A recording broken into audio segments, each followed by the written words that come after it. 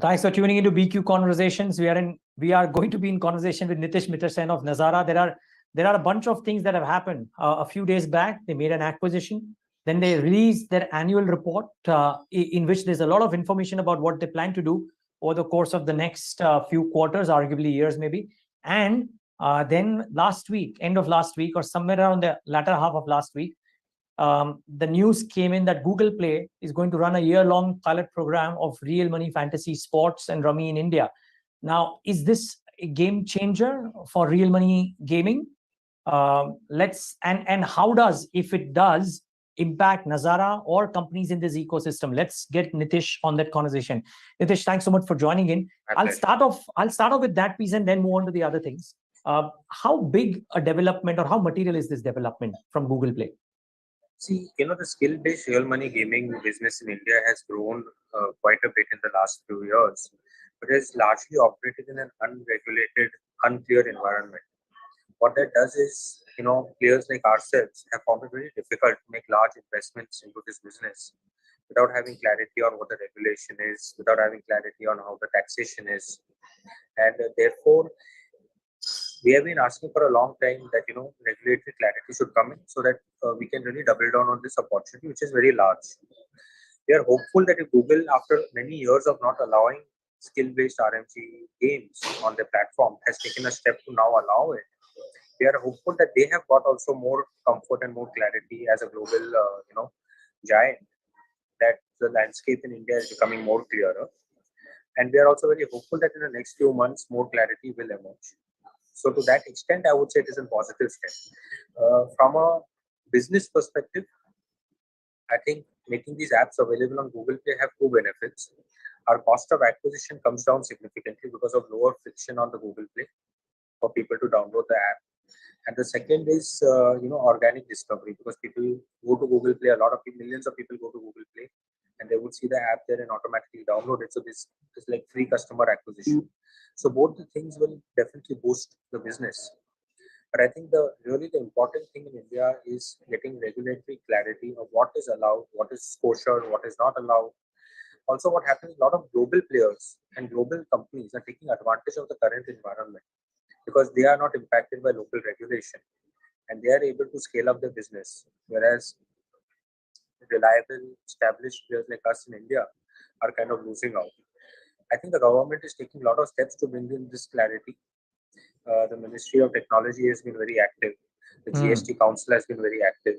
So I'm very hopeful that a level playing field will emerge and companies like Nazara can go after this space, which can potentially be very large revenues for us, because today for us skill-based RMG only contributes 6% of our revenues, and it is a blue sky opportunity for us to really scale up. So you would want to do that pending some clarity. Now Google doing this leads you to believe that maybe they have some clarity as well, and some more needs to emerge. What will you wait for? I think one important thing we are waiting for is clarity on the GST bit. How skill-based gaming is going to be taxed on GST, and is it 18%, is it 28%, and on what value is it going to be taxed? That's a very important component. If that clarity emerges, it will really help.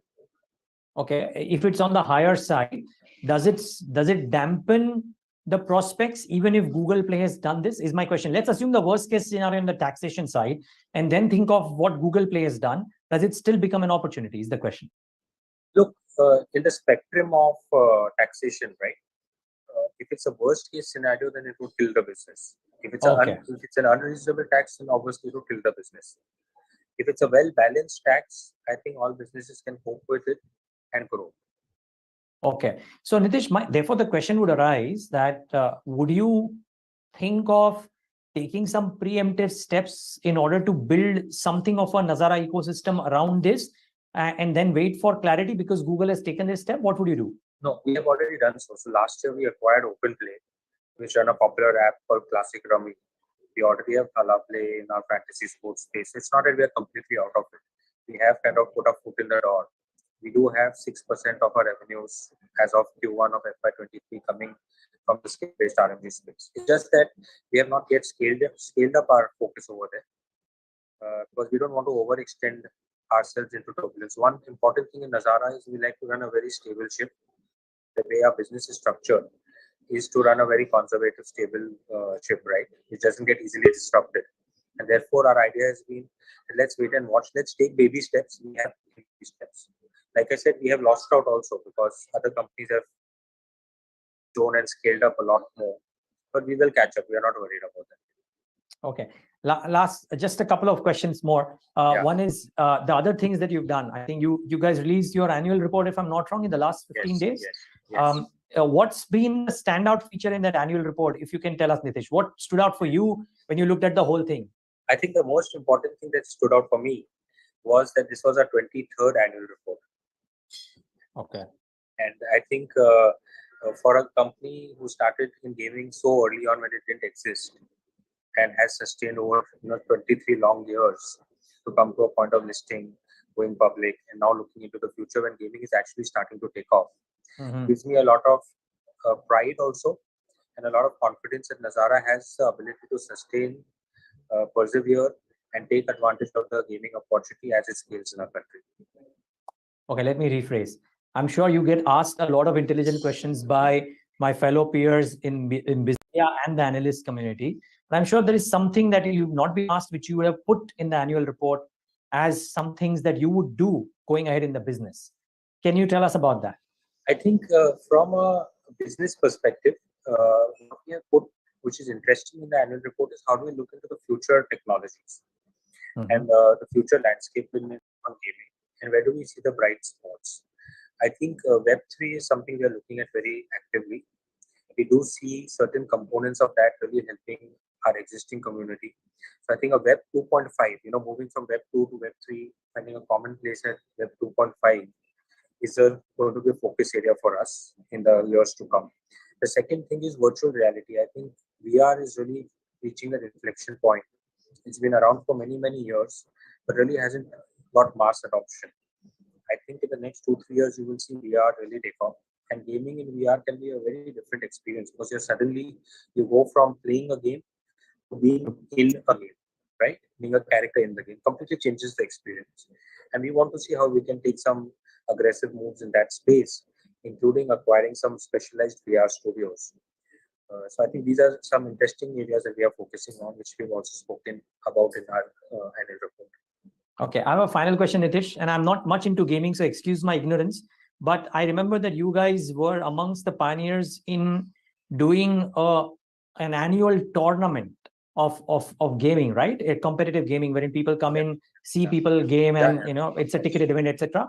Has it already happened, or is it due to happen, and what are the prospects thereof? So it's called the esports tournaments, and esports is a very fast-growing and important business for us, right? And we have tournaments across the year, so it's not an annual tournament. Oh, okay. We have different seasons, and we have tournaments across the year, and we'll be very happy to host you in the next one. Sounds good. Consider this invitation accepted, Nitish.